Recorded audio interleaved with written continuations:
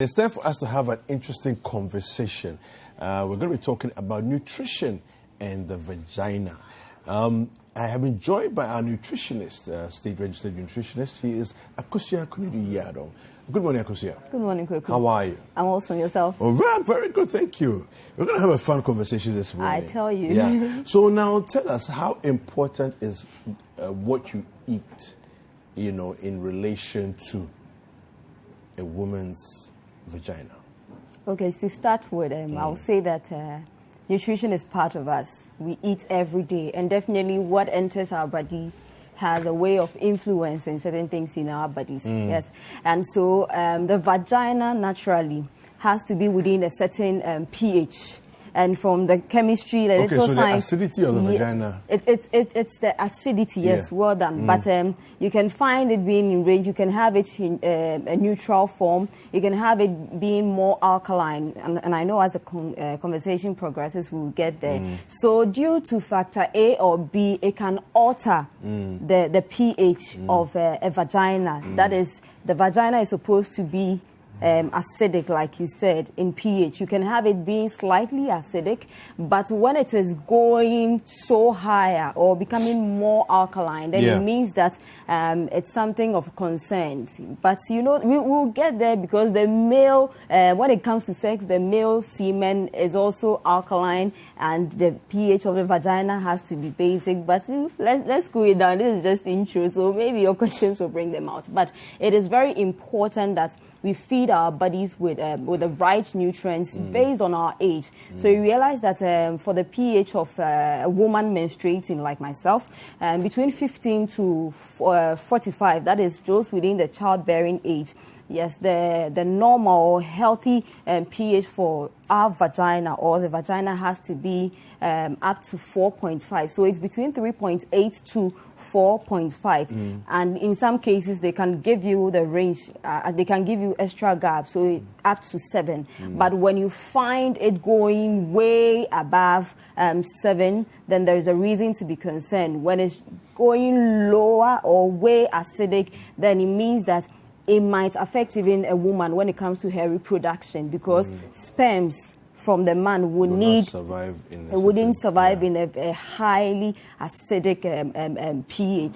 So for women with fertility issues, it's about time you probably see your gynecologist and see a nutritionist or a dietitian to help you best know how to solve these things, because some of them are as a result of a few things that are going wrong. We don't sometimes listen to our body, something I keep saying here. So you are itching, you have this pungent, it's too harsh, but let me use it.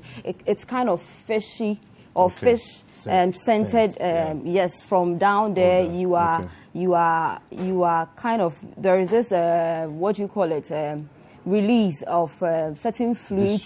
Discharge. Thank you so much. You don't pay attention to what you think it's normal. Yes, certain things might be normal, but if something is coming from you and the smell is different from what is normal, then it means that there's a reason for you to be concerned. If you are itching, it's not a normal thing. You shouldn't be itching so much that you can kind of try to solve it by having small bruises. We need to pay attention to our bodies and make sure that if you are of childbearing age, we fall under this pH, and make sure we are doing things to keep our bodies or our vajayjay in check. Some people are saying it's too hard. So tell us, what foods affect the vagina in terms of making them too acidic? Okay, so to start with, we always sit here preaching a balanced meal or a healthy diet. So we need to eat healthy foods. And I don't know if the images are ready, but there are various foods that makes our bodies more acidic. Some will end up, the acidic ones means you are getting sick. Please, is our images ready? If you can have them on our screen. And then we have it being alkaline a little bit, not too much, too much of everything is bad. It should be within the range we spoke about. Then it means that it is a healthy pH, yes. So for some of the alkaline-rich foods, please, can we have our images? No, you don't have it. Okay, so for the alkaline foods, we have lemons, we have cucumber, we have pineapple, watermelon, we have kiwi, we have parsley, papaya. So you realize that most of the fruits and vegetables we have, that's what I'm saying, if you are eating a healthy food and making sure that you are putting into practice most of the things we sit here to talk about. Almost every conversation, Jifa is telling me to plan breakfast, how a breakfast should look like, a healthy brunch or snack should be like, a healthy lunch, a healthy supper. If you are following all these protocols and making sure that everything you are eating is meeting the 4-star diet criteria as specified by the Ghana Health Service, for instance, it means that you are pumping a lot of goodness into your body. But obviously, some of the foods to have a way of affecting the pH and making it more acidic. So for some of those foods too, I will quickly go through what I have. Yes, we have white bread. So you realize that we always sit here preaching wholemeal bread. Yes, something that has a lot of fiber in them. So let us cut down on the processed foods, because some of these things end up making our vajayjay more acidic, yes, than it has to be. So white bread is a culprit. Yes, alcohol too. We have a lot of refined sugar. It's sugar, but I would say refined sugars, because if I'm using honey, if I'm using, let's say, a sweetener, or if I'm using dark brown sugar from a good source, and I know that this is really authentic, it means that I wouldn't be exposing myself to some of these things, colas and sodas. So we know the cola drinks, a lot of them has to do with the carbonated drinks. Yes, so they affect it. And then we have mild acidities that has to do with meat. We need them, legumes, nuts, and dairy products. For some research works, they are strictly against dairy products, saying that it really can make the woman's vajayjay very acidic, yes. And if you are a woman in childbearing age and you would want to pick seed, then it means that, yes, you have to cut down, not totally avoid, because I don't know how you can take milk from me. Some people, our breakfast, we enjoy most of our breakfast with a ham. So if you have a more acidic pH as far as your vagina is concerned as a woman, then men, you need to pay attention, because sometimes some of these things are the reasons why baby is not coming. Yes, it's a thing. We are talking about vajayjay, but once you're a man, you definitely will have a feel of it if you are to be married. Yes. So we have sickness if it's more acidic. Yes, so it doesn't mean that it shouldn't be acidic. It doesn't also mean that it should be more alkaline. There is this neutral, the 7. In the middle, where the green is. Yes, so where the green is, it means that you should make sure that you are not getting too much of the acid. Yes, because if you find yourself in this range, this diagram doesn't, is not talking to you. But if you have a lot of these foods we've mentioned, cola, beer, cheese, alcohol, what do you call it, burgers, then it means that you are making your pH more acidic as far as your vajayjay is concerned. And then if you have a healthy, what we consider as healthy has to do with somebody who is taking a lot of fruits and vegetables, especially from the citric family, and constantly keeping your body hydrated. It's very, very important. Yes. So we have different nuts some food items also on our chart. Talk us through what we have strong acid food. We spoke about some of them: alcohol, white bread, colas and sodas with sugar is greatly under strong acid, and that is red. So red means kind of danger. And then we have the mild, that is in between the yellow and the green. We have, that's mild acid. I think this one will pass for how a healthy vajayjay is supposed to be. Between the blue and then the lemon green, yes, those two. So you have legumes, you have nuts, you have dairy. We have almonds, we have avocado. I love avocado, it's always doing good. And then we have vegetables, fruits. being the mild alkaline, and then we have the strong alkaline where you have some of cayenne pepper, you have some other food ingredients. So make sure that whatever you are consuming, yes, we should really be paying much attention to some of the things we are using. So in that chart that we just saw there, would it be right? Would I be right in saying that we should avoid the extremities? Yes. So the things in the extremities, we should avoid them as much as possible. If you can, because you realize that some people, let's say Kweku, I'm so used to alcohol that every day I have to take some shots. And because of this, you just are taking off it. Some people, it's a difficult thing. And we always talk about lifestyle being something that has to go with us or, yes, stay with us. And so for results, for me to achieve results, I can decide to go like, okay, I'm cutting it off. But later, it's easier for people to go back to it because a lifestyle thing has to be done gradually. So you give yourself some time, between 3 to 6 months. This is what I want to achieve. And I know that when we're talking about our New Year resolution as far as nutrition was concerned, Jifa mentioned it. So tell yourself that between January to June, this is what I am going to do as far as cutting down on my alcohol consumption and some of the foods we spoke about is concerned. If you are a woman within this childbearing age, so that some of the things we have to go through and treat with medicine is kind of halted a bit because some of these things we are just doing it to ourselves, and at the end of the day we need to go through the same. It's like a circle. We just merry-go-round. We come back to the same thing. So we just have to make sure we avoid the extremities, like you said, if we can, or reduce it to the barest minimum.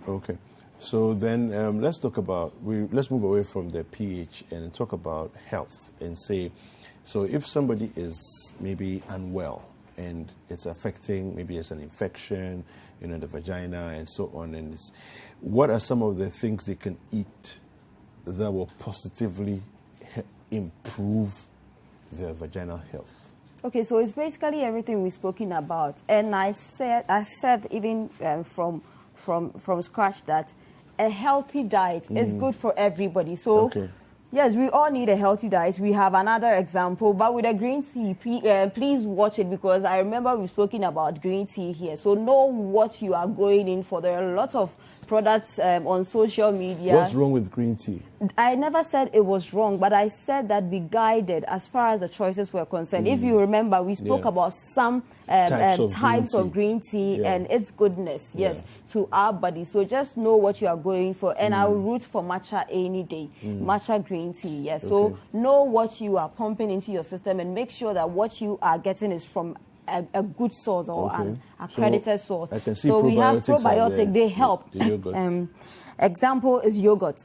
So for kind of fermented food products. So yogurt has to undergo fermentation. It helps with the pH of a woman as far as being healthy is concerned. So if you are unwell, if you are convalescent or an invalid, a convalescent is somebody recovering, an invalid is somebody who is sick, like you said, you can do with the probiotics and some of these food. We have apple, we have omega-3 fatty acid rich food, we have soya foods. So omega-3 fatty acid, though fish was under mild acidity, but I told you that I love the fact that it is not at the extremities, like you said.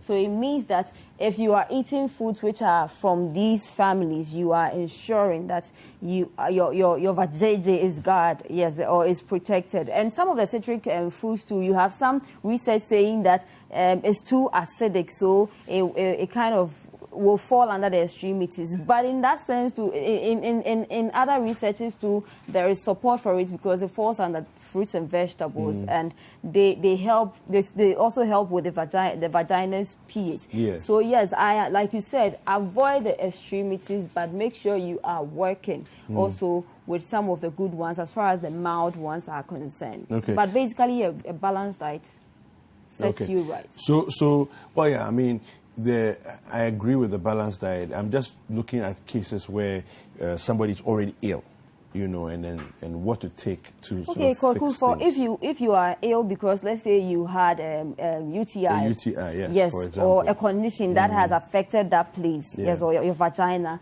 it means that that infection will need to be treated. You don't have to depend solely on nutrition and say that I am going to do this with food, because already something has been done as far as everything about the vagina is concerned. So that infection will need to be treated. And some of the symptoms we spoke about is on the extreme with some people with like HIV patients. Yes, with people with this human papilloma virus. So if it depends on the infection, it depends on your health condition. But if I have no health condition and I just had an infection or something just happened, let's say even sexual intercourse and the semen and its movement can all affect the pH of the vagina, because it's more alkaline, and then women, our place tends to be more acidic. So it means that some of these things, sometimes it's difficult to play around it. But if it's an infection, then it means that it has to be treated first before you think of protecting that place or aiding the healing as far as the place is with nutrition.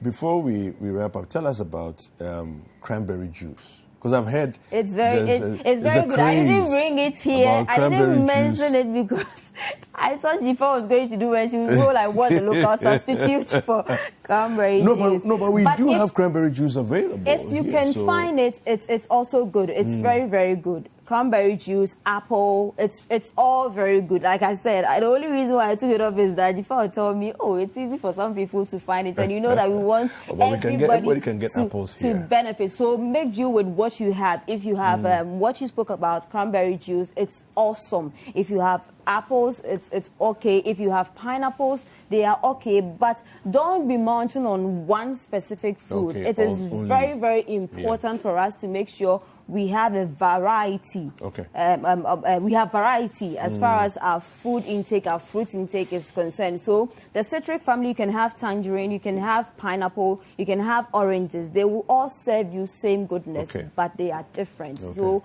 if today I'm going for cranberry juice, tomorrow I can decide to go for an orange, which will also serve not just my vagina, but other parts of my body, some amount of goodness too. All right. Well, thank you very much. Akosua Konadu Yiadom has been speaking to us about the diet that we need to have to make sure that the vagina is kept healthy for both regular health and then also childbearing, to make sure that your pH balance is correct and that you help yourself in terms of the childbearing process. Well, thank you very much for speaking to us, Akosua. Hi guys, I hope you enjoyed this video. Subscribe to our YouTube channel, The Citi Tube, for exclusive breakfast daily content and other Citi TV programs. Like, comment, and share with your friends.